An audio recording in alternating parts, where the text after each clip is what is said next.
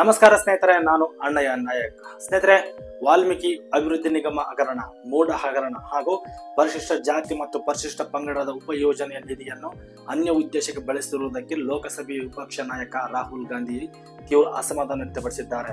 ಈ ಬಗ್ಗೆ ರಾಜ್ಯದ ನಾಯಕರನ್ನು ತರಾಟೆಗೆ ತೆಗೆದುಕೊಂಡಿದ್ದಾರೆ.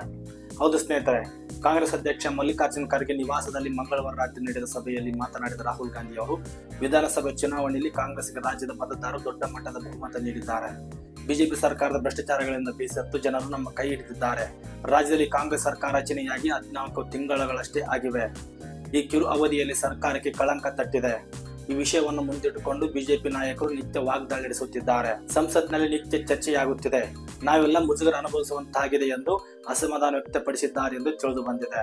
ಪರಿಶಿಷ್ಟ ಜಾತಿ, ಪರಿಶಿಷ್ಟ ಪಂಗಡ ಹಾಗೂ ಇತರ ಹಿಂದುಳಿದ ವರ್ಗಗಳ ಸಮಸ್ಯೆಗಳನ್ನು ಮುಂದಿಟ್ಟುಕೊಂಡು ನಾವು ಲೋಕಸಭೆ ಚುನಾವಣೆಯಲ್ಲಿ ಎದುರಿಸಿದ್ದೇವೆ. ಈ ಸಮುದಾಯಗಳ ಮತಗಳ ನಿಲುವಿನಿಂದ ಪಕ್ಷ ಉತ್ತಮ ಸಾಧನೆ ಮಾಡಿದೆ. ಅವರ ಕಲ್ಯಾಣವೇ ನಮ್ಮ ಗುರಿ. ಆದರೆ ವಾಲ್ಮೀಕಿ ನಿಗಮದ ಹಗರಣವನ್ನು ಮುಂದಿಟ್ಟುಕೊಂಡು ಕಾಂಗ್ರೆಸ್ ದಲಿತರಿಗೆ ಅನ್ಯಾಯ ಮಾಡುತ್ತಿದೆ ಎಂದು ಬಿಜೆಪಿ ಬಿಂಬಿಸುತ್ತಿದೆ. ಈ ಪ್ರಕರಣಗಳನ್ನು ರಾಜ್ಯ ಸರ್ಕಾರ ಸಮರ್ಥವಾಗಿ ನಿಭಾಯಿಸಿಲ್ಲ ಎಂದು ಬೇಸರ ವ್ಯಕ್ತಪಡಿಸಿದರು. ಈ ಹಗರಣಗಳ ಕುರಿತು ಮುಖ್ಯಮಂತ್ರಿ ಸಿದ್ದರಾಮಯ್ಯ ಹಾಗೂ ಉಪಮುಖ್ಯಮಂತ್ರಿ ಡಿ.ಕೆ. ಶಿವಕುಮಾರ್ ಅವರು ಹೈಕಮಾಂಡ್ ನಾಯಕರಿಗೆ ಮಂಗಳವಾರ ಸುದೀರ್ಘ ವಿವರಣೆ ನೀಡಿದರು. ವಿಷಯಗಳನ್ನು ಮುಂದಿಟ್ಟುಕೊಂಡು ಸರ್ಕಾರ ಅಸ್ಥಿರಗೊಳಿಸಲು ಬಿಜೆಪಿ ಯತ್ನಿಸುತ್ತಿದೆ ಎಂದು ರಾಜ್ಯ ನಾಯಕರು ಸಮಜಾಯಿಷಿ ನೀಡಿದರು. ಈ ಮಾತುಗಳಿಂದ ರಾಹುಲ್ ಸಮಾಧಾನಗೊಳ್ಳಲಿಲ್ಲ. ಬಿಜೆಪಿ ತಂತ್ರಗಳಿಗೆ ತಕ್ಕ ತೆರಿಗೆ ನೀಡಬೇಕೆಂದು ರಾಷ್ಟ್ರೀಯ ನಾಯಕರು ಸೂಚಿಸಿದರು. ಬಿಜೆಪಿ ಸರ್ಕಾರದ ಅವಧಿಯ ಅಕ್ರಮಗಳ ತನಿಖೆ ಏನಾಯಿತು ಎಂದು ಪ್ರಶ್ನಿಸಿದರು ಎಂದು ಗೊತ್ತಾಗಿದೆ. ಮತ್ತು ರಾಜ್ಯದಲ್ಲಿ ಇತ್ತೀಚೆಗೆ ನಡೆದ ಬೆಳವಣಿಗೆ ಹಾಗೂ ರಾಜ್ಯ ಸರ್ಕಾರಕ್ಕೆ ಅಂಟಿದ ಕಳಂಕಗಳ ಕುರಿತು ಹೈಕಮಾಂಡ್ ವರದಿ ಈಗಾಗಲೇ ತರಿಸಿಕೊಂಡಿದೆ.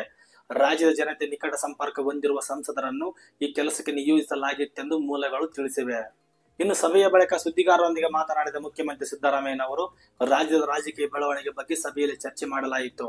ವಾಲ್ಮೀಕಿ ನಿಗಮದ ವಿಷಯವನ್ನು ಮುಂದಿಟ್ಟುಕೊಂಡು ಬಿಜೆಪಿಯವರು ನನ್ನನ್ನೇ ಗುರಿ ಮಾಡುತ್ತಿದ್ದಾರೆ. ಪರಿಶಿಷ್ಟ ಪಂಗಡದವರಿಗೆ ಅನ್ಯಾಯವಾಗಿದೆ ಎಂದು ಬಿಂಬಿಸುತ್ತಿದ್ದಾರೆ. ಮೂಡದಲ್ಲಿ ಯಾವುದೇ ಅಕ್ರಮ ಆಗಿಲ್ಲ, ಎಲ್ಲವೂ ಕಾನೂನುಬದ್ಧವಾಗಿ ನಡೆದಿದೆ. ಹಗರಣದಲ್ಲಿ ಸರ್ಕಾರದ ಅಥವಾ ಹಣಕಾಸು ಇಲಾಖೆ ಪಾತ್ರ ಇಲ್ಲ. ಇದನ್ನು ಹೈಕಮಾಂಡ್ ಗಮನಕ್ಕೆ ತರಲಾಗಿದೆ ಎಂದರು. ಕೇಂದ್ರ ಸರ್ಕಾರದ ಬಜೆಟ್ ಬಗ್ಗೆ ಚರ್ಚೆ ನಡೆಸಲಾಗಿದೆ. ಈ ಬಜೆಟ್ನಿಂದ ಕರ್ನಾಟಕಕ್ಕೆ ನಯ ಪೈಸೆ ಉಪಯೋಗ ಆಗಿಲ್ಲ. ನಮ್ಮ ಸಂಸದರು ಇದನ್ನು ಸಂಸತ್ನಲ್ಲಿ ಪ್ರಸ್ತಾಪ ಮಾಡಿದ್ದಾರೆ ಎಂದರು. ಕೇಂದ್ರದ ಹಣಕಾಸು ಸಚಿವೆ ನಿರ್ಮಲಾ ಸೀತಾರಾಮನ್ ಅವರು ಕರ್ನಾಟಕದಿಂದ ರಾಜ್ಯಸಭೆಗೆ ಆಯ್ಕೆಯಾದವರು. ಅವರು ರಾಜ್ಯದ ಹಿತ ಕಾಪಾಡಲಿ ಎಂದು ಕಿಡಿಕಾರಿದರು. ಸ್ನೇಹಿತರೆ, ಈ ವಿಡಿಯೋ ಬಗ್ಗೆ ನಿಮ್ಮ ಅಭಿಪ್ರಾಯ ಏನೆಂಬುದು ತಪ್ಪದೆ ಕಾಮೆಂಟ್ ಮಾಡಿ ತಿಳಿಸಿ. ಹಾಗೆ ನಮ್ಮ ಯೂಟ್ಯೂಬ್ ಚಾನಲ್ ನೀವು ಸಬ್ಸ್ಕ್ರೈಬ್ ಆಗದಿದ್ದರೆ ದಯವಿಟ್ಟು ಸಬ್ಸ್ಕ್ರೈಬ್ ಮಾಡಿ ಬೆಂಬಲಿಸಿ. ನಮಸ್ಕಾರ.